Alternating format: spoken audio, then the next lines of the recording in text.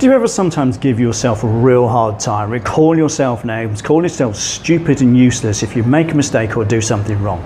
Well, if you do, you are certainly not alone. Most of us have done this in some way, shape or form. But the problem is, this kind of self-talk can be really damaging to your self-esteem. It can be damaging to your ability to make any kind of progress in your life, not just between your ears, but in your career, relationships, work, what have you. So it's important to address this. And in this short video, I'm going to give you some cast iron proven techniques that will begin to reshape your self-talk and as a result reshape the way you think about yourself and how capable you are of living a good life.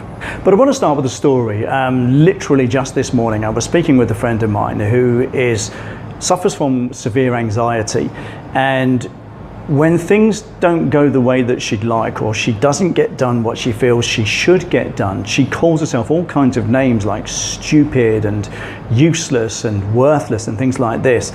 And what she hasn't really contemplated, at least until today when I talked to her, is that this chips away at your self-esteem, and it creates a belief system within you that tells you you are worthless, you are useless, you just can't get stuff done.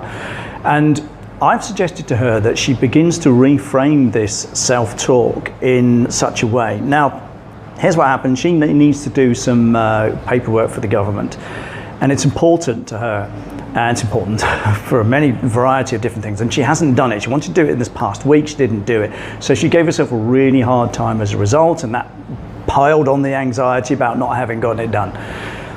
So I've said to her, look, instead of calling yourself names, instead of giving yourself a really, really hard time, why not just ask the question, okay, I've not done it, but what can I do right now that may only take a couple of minutes that's going to make a difference? And what that does, it just gets your mind thinking away from the negative self-talk and towards some kind of action and some kind of positive action. And the question is, again, what can I do that may only take a couple of minutes that's going to make a positive difference? Because motivation comes from momentum, and the chances are good if she just went away and did something else, or even if she just did a little bit of this paperwork, the chances are good that momentum would spur her on to get the rest of it done. And you can apply this to all aspects of your life. I know I've been through it, and this is a question I ask myself on a regular basis, is that what can I get done within the next few minutes that makes a difference? And it's great if you get to a sticky point, or you can't work out what to do next, or you've made a mistake and something's gone wrong.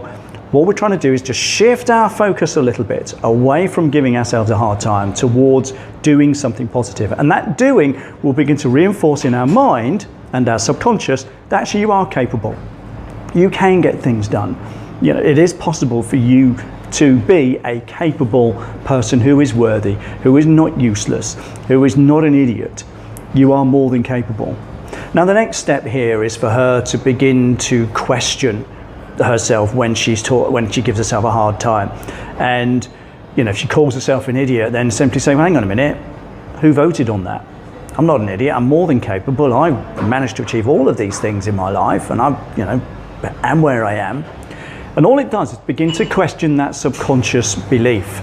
And the more you question your subconscious beliefs, the easier it will be to begin again to steer away from them towards more positive things in your mind, in your subconscious, and in your belief system. But in her case, fundamentally, for her to make any progress in life, and we talked about this in depth today, she needs to adjust her belief system about herself.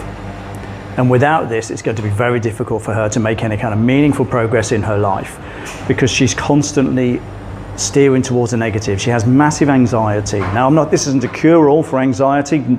I'm not a therapist of any description, but I know this stuff works.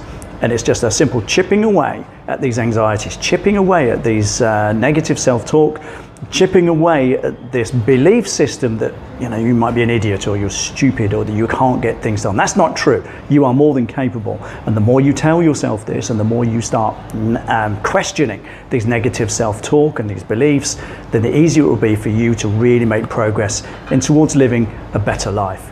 So go ahead and do it. Got any questions, or what are you working on? What it is that you can question in your belief system and self-talk? It'd be great to hear from you right in the comments below. But subscribe to the channel if you want to get more tips and hints like this on living a better life, overcoming self-sabotage, and moving in towards self-improvement. But yep, thanks for watching, and I'll see you in the next one.